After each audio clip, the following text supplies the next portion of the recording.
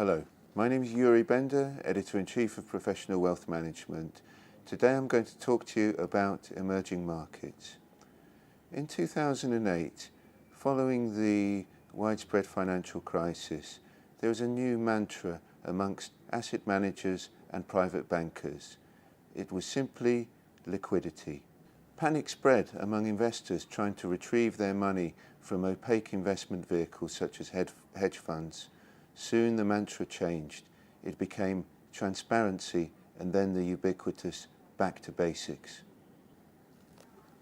And today we have moved on further. We have a new mantra. It seems to be adapted from the sales manuals of the fast-talking estate agents. Put simply, it is allocation, allocation, allocation. Now, if we look at the traditional bonds, equities and alternatives asset allocation format of a private client portfolio, a new and powerful subclass is beginning to surface from this. It is that of emerging markets. The story behind core investment of clients' portfolios in developing economies is a very persuasive one.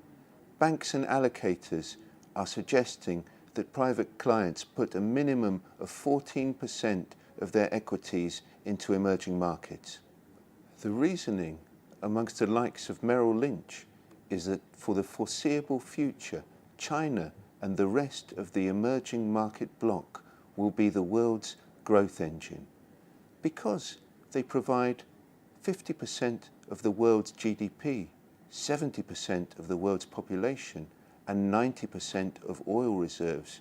The developing economies are far too important to ignore. Moreover, they have stronger trade surpluses, better public finances, and higher credit ratings than many so-called developed economies in the West.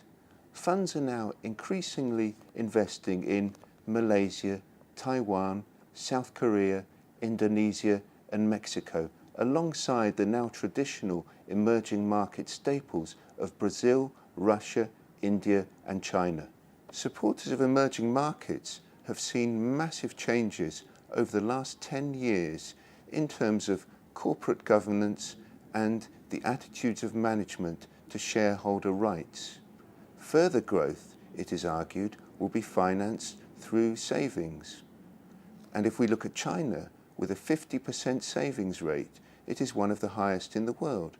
Not surprisingly, wealth managers are therefore very bullish about consumer-led domestic growth stories.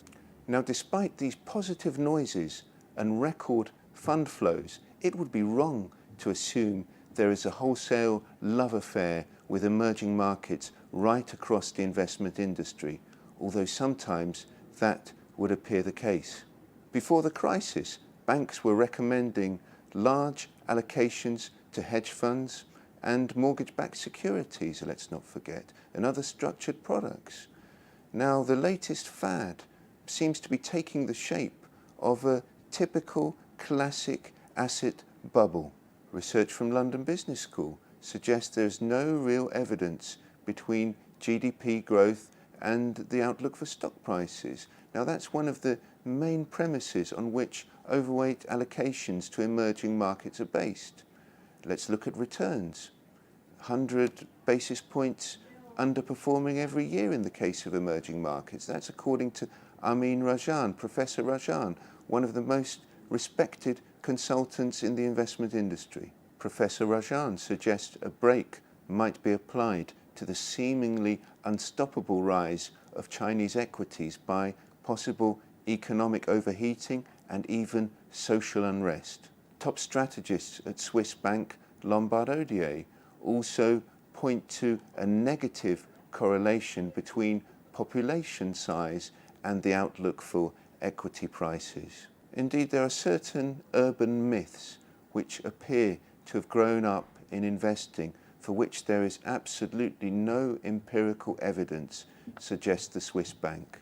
Many investors have seen emerging markets do well. They're knocking on the door of their portfolio advisors and asking them to allocate more money to emerging markets. The private bankers They obviously don't want to lose their clients, so they're agreeing to this and allocating money to China and other countries.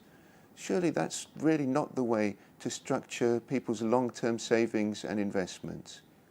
And as for the growth engine of the world, haven't we heard that somewhere before? Yes, 20 years ago, that's the way Japan was being talked about. And look what happened there.